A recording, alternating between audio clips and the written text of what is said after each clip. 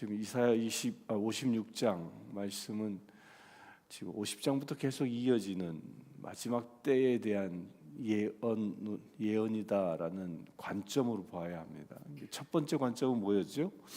이스라엘 백성들이 그 바벨론으로부터 이제 포로 생활을 끝내고 다시 예루살렘으로 돌아갈 것에 대한 예언인데, 그 예언의 성취로만 볼 수는 없다는 겁니다. 이사야서는 특별히 그 이사야서 전체가 뭐예요? 전체가 몇 권으로 되어 있습니까? 66장으로 되어져 있죠. 마치 성경이 66권인 것처럼 성경의 한 축소판이라고 생각해도 됩니다.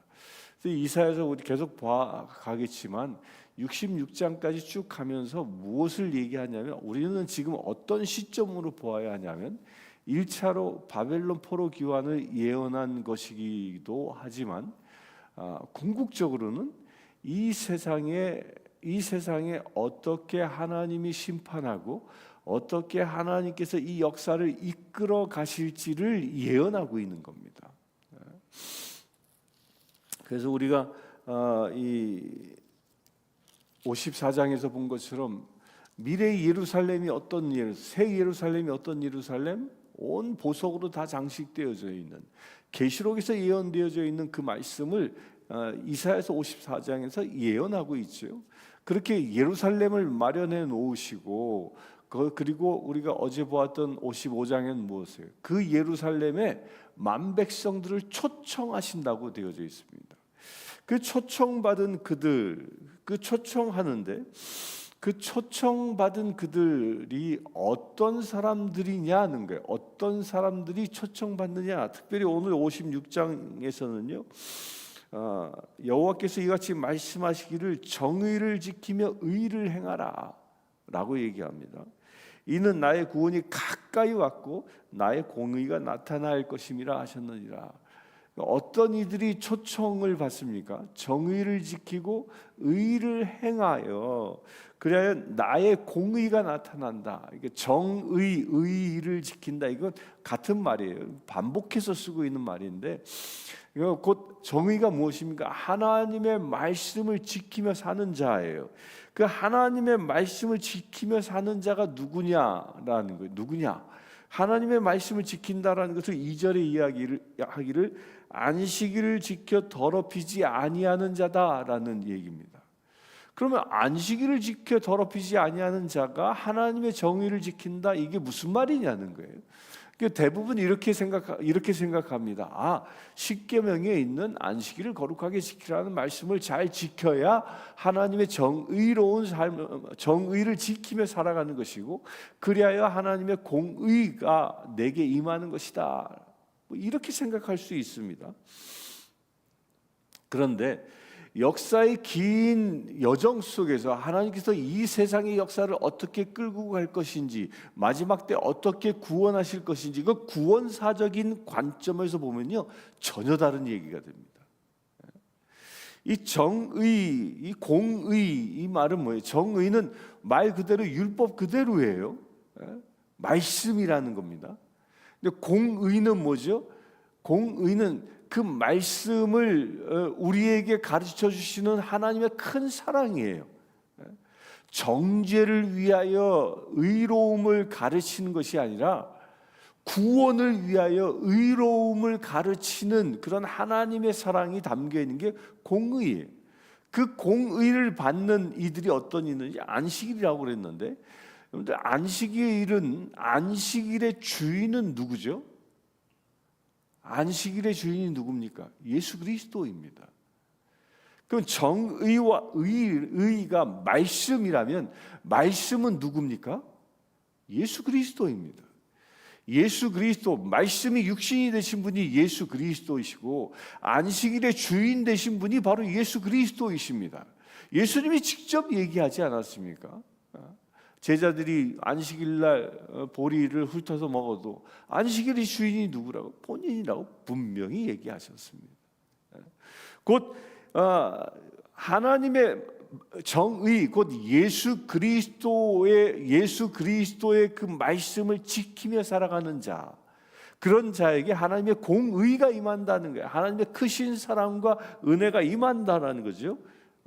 그러면서 안식일을 지켜 예수 그리스도와 함께 사는 자, 그것을 또 3절에 이렇게 얘기합니다. 여호와께 연합한 이방인이라고 얘기합니다. 연합했다라는 말이 뭐야? 하나 되어졌다, 유나이트, 하나 되어졌다라는 말이죠. 그러니까 하나님과 하나 되어진 자, 하나님과 하나 되어진 자가 마지막 때 그 초청장을 받는 자가 된다는 거예요. 그런데 3절과 4절에는요, 구약 성경에서는 하나님의 성전에 들어갈 수 없는 사람들이 거론되어져요. 그러니까 하나님의 성전에 어떤 사람이 못 들어가냐? 고자가 못 들어갑니다.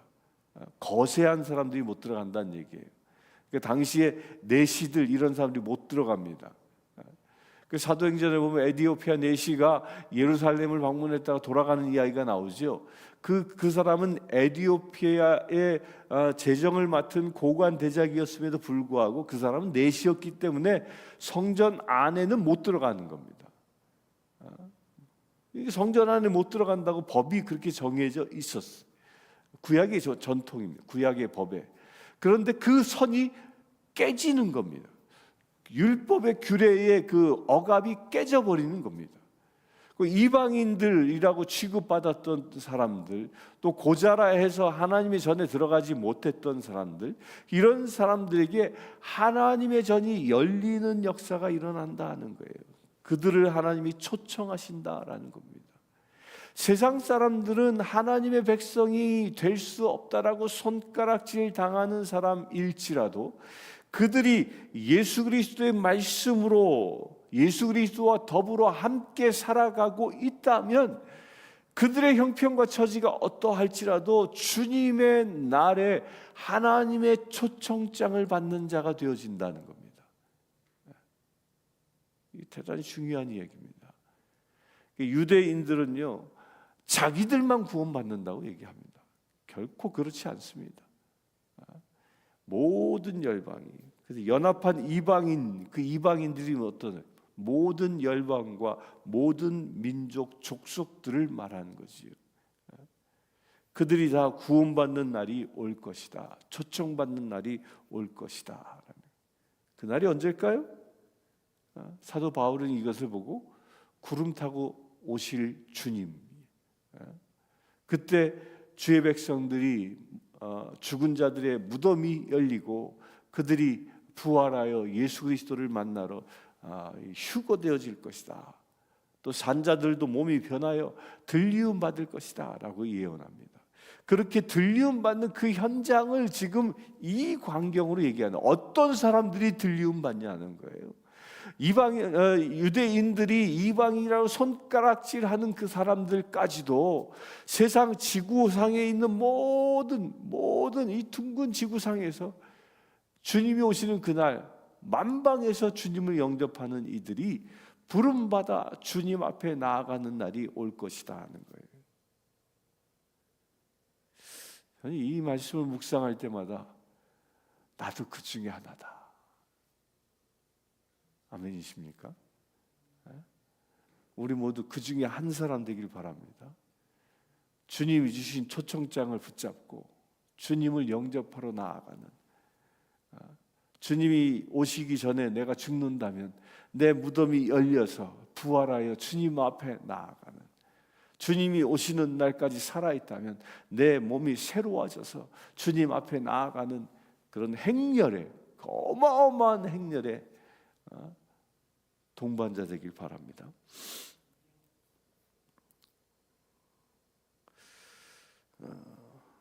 그래 6절에 보면 여호와와 연합하여, 또 여기서 얘기합니다. 연합하여 그를 섬기며 여호와의 이름을 사랑하며 그의 종이 되며 안식일을 지켜 더럽히지 아니하며 나의 언약을 굳게 지키는 이방인마다 그들을 나의 성산에 인도한다. 그러면서 7절에 아주 엄청난 얘기를 합니다. 만민이 기도하는 집이 될 것이다 라고 얘기합니다. 하나님의 성전이 만민이 기도하는 집이 됩니다. 그들이 만민이 기도하는 집, 이게 예수님께서도 직접 얘기하신 얘기죠. 예수님께서 성전에 들어갔을 때 이 잡상인들이 들비한 것을 보고 채찍을 만들어 다 내쫓아 버리죠. 그러면서 뭐라고 하죠? 내 집은 만민이 기도하는 집이다라고 이 말씀을 딱 인용해서 얘기하는 겁니다. 그러니까 하나님의 이 말도요, 이 말씀은요, 유대인들의 입장에서 보면 파격적인 이야기입니다. 물론 성전에는 이방인의 뜰이라고 있어요. 이방인들이 갈 수 있는 곳이 있어요. 뜰. 그런데 거기는 성소나 지성소와는 이게 그 벽으로 갈라져 있는 곳이. 이방인들이 그 성소 안에 들어갈 수 없습니다. 이방인들은 그 안에 들어가 번제를 드릴 수 없습니다. 그러니까 구경은 할 수는 있습니다. 그러나 하나님 앞에 진정으로 제사할 수는 없었습니다. 근데 그게 열린다는 거예요. 어떻게? 여호와와 연합함으로 인하여. 이건 예수님께서 이제 재림하여 오실 때에 예루살렘 성전이 완성되어질 것입니다. 그 완성되어진 예루살렘에 그 수많은 주의 백성들이 들어가서 그것을 진정 기도하는 집이 되게 만드신다는 거예요. 만민이 기도하는 집, 여기서 강조점이 어디 있어요? 기도에 있는 것보다요, 무엇을 더 강조하는 거냐면 만민을 더 강조하는 거예요. 그러니까 하나님의 저는 모든 만민들이 모여드는 곳이다라는 것이에요. 이스라엘이라는 선을 넘어서 모든 만민이. 그러니까 이스라엘 백성들은 어떤 존재예요? 선민이에요. 하나님의 백성이에요. 왜 하나님께서는 이스라엘이라는 한 백성을 택하셨을까요? 그들을 통하여 예수 그리스도가 오시고 또한 그로 인하여 그들을 통해서 만민에게 복음이 전해지기 위해서 택함 받은 존재들이에요. 그러니까 이스라엘 백성들은 구원의 완성이 아니라 구원의 시작인 거예요. 이스라엘을 통하여 만민이 구원되어지는 게 하나님의 뜻인 거지요. 그러나 아직도 보수적인 유대인들은 자기들만 구원받는다고 생각하는, 그게 한계인 거죠. 근데 성경은 분명히 뭐라고 얘기해요? 만민이. 그래서 우리가 여기서 깨달아야 합니다. 이게 우리도요, 유대인이 가지고 있는 이 함정에 우리도 쉽게 빠져버리고 맙니다. 특별히 미국에서 보면요, 이제 각 종족별로 교회들을 많이 하잖아요. 이제 우리 교회 또 이제 다음 주부터는 멕시칸들이 와서 예배를 드리기로 해서 식당에서. 그 사람들 어떤 사람들이 옵니까? 어디 멕시코 사람들만 온대. 종족별로 이렇게 모인 종족별로. 근데 물론 이제 언어, 문화 뭐 이런 차이 때문에 자기들끼리 모이는 게 편합니다. 근데 하나님의 나라가 완성되어지는 그때는요, 인종별로, 종족별로, 민족별로, 나라별로 그렇게 따로따로 모이지 않는다는 거예요. 모두가 다 하나님의 집에 모여 만민이 모여 하나님 앞에 기도하며 예배하는 그런 자리가 되어진다는 겁니다. 그래서 우리 교회는 열려 있어야 됩니다. 인종에게 열려 있어야 되고 민족에게 열려 있어야 됩니다.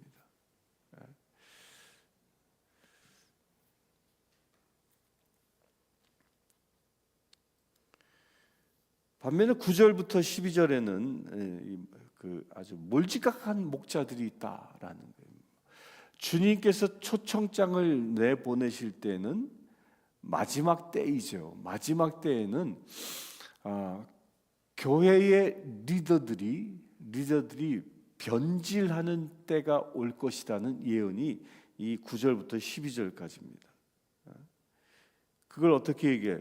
이스라엘의 파수꾼들이라고 얘기합니다. 파수꾼은 뭐예요? 지키는 자잖아요. 그들은 맹인이다. 보지 못하는 이들이 파수꾼을 한다는, 말이 안 되는 거죠. 무지하다. 벙어리 개들이라. 파수꾼이라고 하는 자들이, 이것은 교회 안에 지도자들을 얘기하는 거예요. 하나님의 때를 알려줘야 할 자들이 보지 못하는 겁니다. 실제로 지금 그렇습니다. 실제로 수많은 교회의 리더들이요, 하나님의 때를 이야기하지 않아요. 주님의 재림을 준비하는 설교를 거의 하지 않습니다. 다 무슨 설교합니까? 대부분 인기 목사님들의 특징 중에 하나가 어떻게 하면 세상에서 복받고 잘 살 수 있는지를 강의합니다. 세상에서 아무리 좋은 옷을 입고 좋은 집에 살아도요, 그가 마지막 때 이 초청장을 받아 주님 앞에 나아가지 못하면 아무 쓸모없는 겁니다. 그 마치 부자 청년과 똑같은 이야기죠. 세상에 많은 부를 가지고 있었어요. 그러나 예수님의 말씀, 내가 가진 것을 다 팔아 가난한 이들에게 나눠주고 나를 따르라는 그 말씀을 붙잡지 못하니까 어떻게 해요? 떠나가잖아요. 그렇게 세상을 인도하는 이들이 있다는 거예요. 그래서 우리가 마지막 때가 가까울수록요, 분별할 수 있어요. 성도들이 어떤 목자가 참 목자이고 어떤 목자가 거짓 목자인지 분별할 수 있어야 됩니다. 그 분별의 기준 중에 딱 하나가 있어요. 제가 갖고 있는 기준 중에, 설교 말씀을 들었는데 내가 막 찔려, 회개하고 싶어, 내가 이렇게 살면 안 되지, 이런 느낌이 막 들면요, 참 목자에 가까운 설교를 듣는 거예요. 근데 설교를 듣다 보니까 너무 재밌어, 내 마음에 쏙 들어, 이런 마음이 조금씩 들기 시작하는 그런 설교가 계속 들려지면요, 그거는 잘못하면 거짓 목자의 설교일 수 있다는 거예요. 참 목자는 하나님의 마음을 전하지만 거짓 목자는 듣는 자의 귀를 즐겁게 합니다. 그걸 이렇게 표현했어요. 오라, 내가 포도주를 가져오리라. 우리가 독주를 잔뜩 마시자. 내일도 오늘같이 크게 넘치리라. 지금 흥겹게 지내라는 거예요. 지금 흥청망청, 지금 행복하게 지내라는 거예요. 또 그 앞에 보면요, 제 길로 돌아가면 사람마다 자기 이익만 추구하게 만든다는 거예요. 너 건강하면 세상 최고지 뭐, 네가 복받고 물질적으로 풍요로워지면 그게 최고지 뭐. 자기 이익만 추구하게 하는 것, 이게 거짓 목자들의 모습이라는 거예요. 근데 참 목자는 무엇을 가르칩니까?